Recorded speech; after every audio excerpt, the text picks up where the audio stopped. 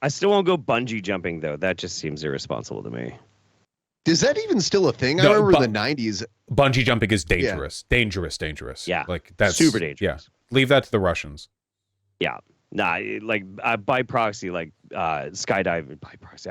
Skydiving is way safer, like incredibly safe. I think I really wanted to try bungee jumping after GoldenEye, the movie, the Bond movie. When Yeah. he okay, I think he uses a bungee cord, which doesn't make sense. I don't know why he would bungee off the dam when he's trying to like not die. I don't get it. I don't remember. It's been a while.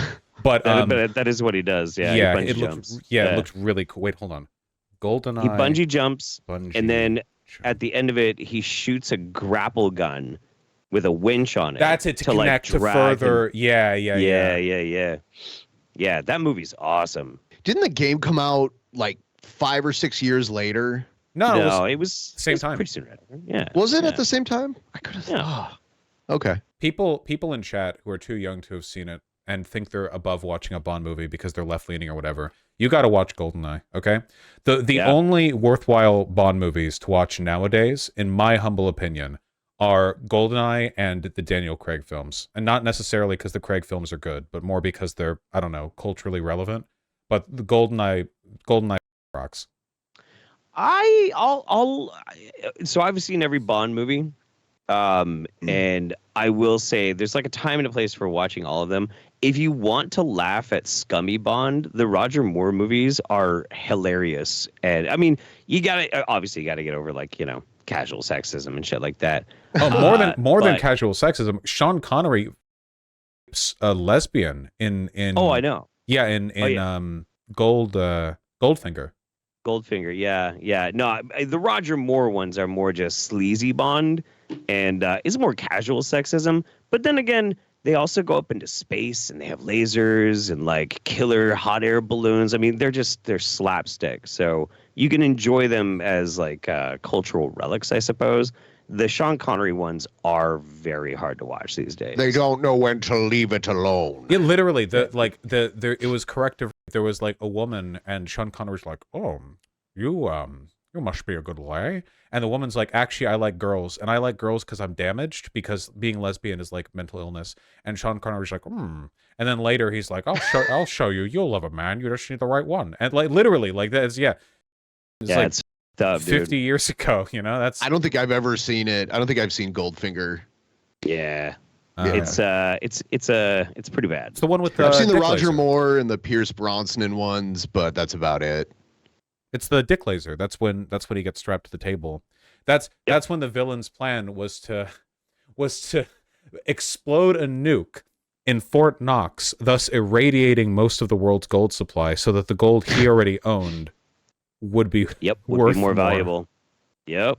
What a crazy absolutely. plan. That's good. That's a good plan. I like that plan. Yeah, Sean Connery's kind of a piece of shit. Isn't he dead now? He's dead now, right? Yeah, I think he's dead now. Wait, Yeah. Is he? Pretty sure. Yeah, I'm pretty sure he died like 2 years ago or something like that. Oh yeah, 2 or 3 2020. years ago. Yeah. Yeah. Yeah, did you ever see the thing where they were like, who was it interviewing him, like Barbara Walters or something? And they're like, have you hit a woman before? He's like, yeah, sometimes they just don't know when to leave it alone. Yeah. Yeah, real piece of shit. It's, though, to be fair, that's probably like most 90-year-old men. He's just honest enough to say, like, I feel like that's the median guy who's still around from that time, and he just said it because he's Sean Connery, Like maybe Clint Eastwood's kind of like that too. Yeah, like I just feel like if you ask, because a lot of them know to shut up, but he doesn't. Maybe that was like the progressive position, actually. Like if you ask your average 90-year-old and they would just say it, they'd be like, "Oh, actually, I think that murder a few women now and again, everyone does this." And Sean Connery's actually progressive for just like beating one. Yeah, that's fuck, dude. That's marital was legal up until the 70s. Yep, absolutely. Like everywhere.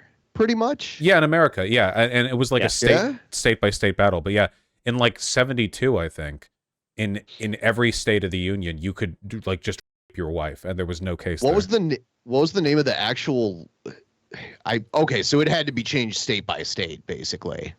Hold on. Prior to the 1970s, marital was legal in every U.S. state. It was partially outlawed in Michigan and Delaware in 74, then wholly outlawed in South Dakota and Nebraska in 75. Yeah, you could only kind of rape your wife. But it was only till 1993 that every state had it a crime nationwide. That's insane. Never heard of such a thing. Oh yeah, it's pretty wacky, for sure, man. 1993. I wonder which state was the last one. Alabama. Alabama. Wasn't that the last state to officially outlaw slavery? It's either Alabama or Mississippi every time. Oh, even after 1993, though, marital rape was often tried less severely than non-marital. So it was still a mitigative force. In only 17 states were they treated the same. So in the other 33, you could be like, the cop would be like, hey, you that woman. You're like, well, yeah, but she's my wife. And the cop would be like, oh, okay, lesser charge. Or I guess the DA, not the cop. But yeah, that's pretty bad. Yeah. Well, I mean, you used to be able to like sell your wife. That was pretty common. True. Well, that's what Sean Connery was progressive for not doing. Oh, right. Fair. Man out of time.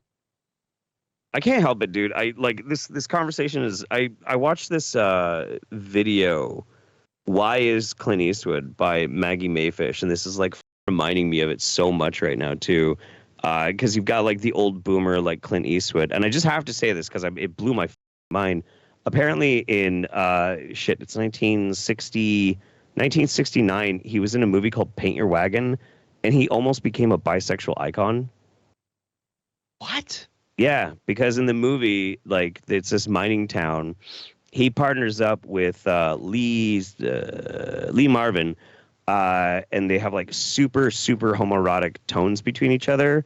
And then this Mormon guy comes into town and has two wives, and Lee Marvin buys the wife, and then Lee Marvin, Clint Eastwood, and this woman all basically get married together as a throuple, as this bisexual poly thing. It's wild. Ahead of their time. I just had to say that because it's been in my head all day now. Oh, it's better. I need to watch that movie. It's better than what is otherwise the core theme of this particular episode of the podcast, which is genocide in Gaza and marital. The two, the two genders. I'm just cheering it up, Just imagining Marvin and Clint Eastwood having a Brokeback Mountain, while what was her name? Gene Seberg. Gene Seberg. Yeah, it was kind of like it was like the proto Brokeback Mountain, basically. Yeah, I guess so. It's supposed so. I mean, they're not. It's 1969, so they don't explicitly be like, "I wish I could quit you." I'm sure you're asking yourself, did I come once or did I come twice? I would have laughed at that if I wasn't tired. I'm letting you know that it's not you, it's me.